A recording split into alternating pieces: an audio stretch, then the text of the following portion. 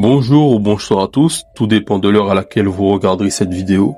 Je suis Tiandi, créateur de la planète Taku et co-créateur de la planète Taku l'éveil du guerrier et le directeur artistique de la planète Taku l'éveil du guerrier. Aujourd'hui, je vais vous parler du lore de la planète Taku et de l'histoire de la planète Taku l'éveil du guerrier et de l'histoire de la planète Taku l'éveil du guerrier et de ce que je ne veux pas faire. Du coup, je ne veux pas reproduire dans ce jeu vidéo les points faibles des autres jeux. Donc pour les plus connus, par exemple Tekken, les points faibles de Tekken, c'est par exemple c'est trop d'humour absurde, non assumé.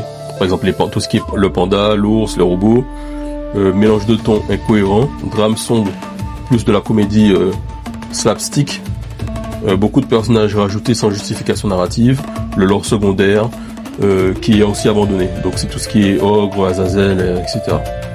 Pour Street Fighter, les points faibles, c'est l'incohérence chronologique permanente. Donc, Street Fighter 2, qui est censé se dérouler avant Street Fighter 1, qui est censé se dérouler avant Street Fighter 4, qui est censé se dérouler avant Street Fighter 5, et après c'est Street Fighter 3, et enfin Street Fighter 6. C'est ça qui est censé être l'ordre réel. Donc ça fout un peu la merde, je trouve. Beaucoup de révisions, des retcons, ce qu'on appelle des retcons, annulant les précédents jeux. Et Capcom qui laisse souvent les arcs en suspens. Les motivations des personnages sont réécrites d'un jeu à l'autre.